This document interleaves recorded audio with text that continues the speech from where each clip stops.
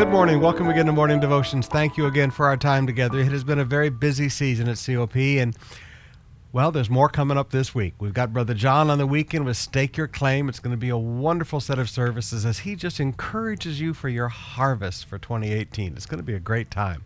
But tomorrow night is Wow God at South Campus. So, South Campus folks, let's get ourselves together. Right now, I want us to come back to Ezekiel chapter 16, and there is so much in Ezekiel 16 about sexual immorality and why are people promiscuous because they're weak-willed. It's not strong-willed people that are sexually promiscuous. It's weak-willed people that are sexually promiscuous. But I want to deal with something a little different. Chapter 16, verse 1. The word of the Lord came to me, Son of man, confront Jerusalem with her detestable practices. Confront. We'll see this several times coming out in the book of Ezekiel. God commands a man of God to confront God's people with their sins. Now, we live in a world today where preachers are more concerned about church attendance than people making it to heaven. Now, please, straight talk.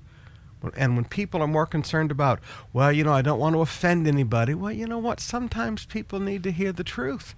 Now, I don't think the pastor should be mean or angry or hostile or hellfire and judgment.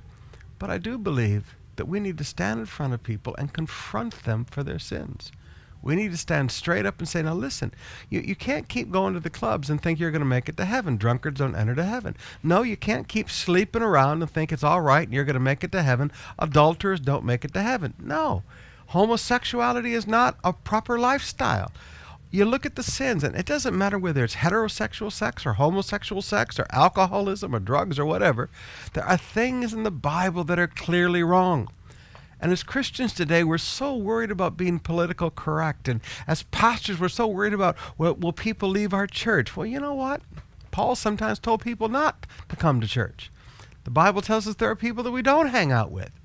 There comes a point when as men of God and women of God, we have to stand up and confront people with right and wrong, lovingly, gently, sweetly, but confrontation is necessary in spiritual leadership.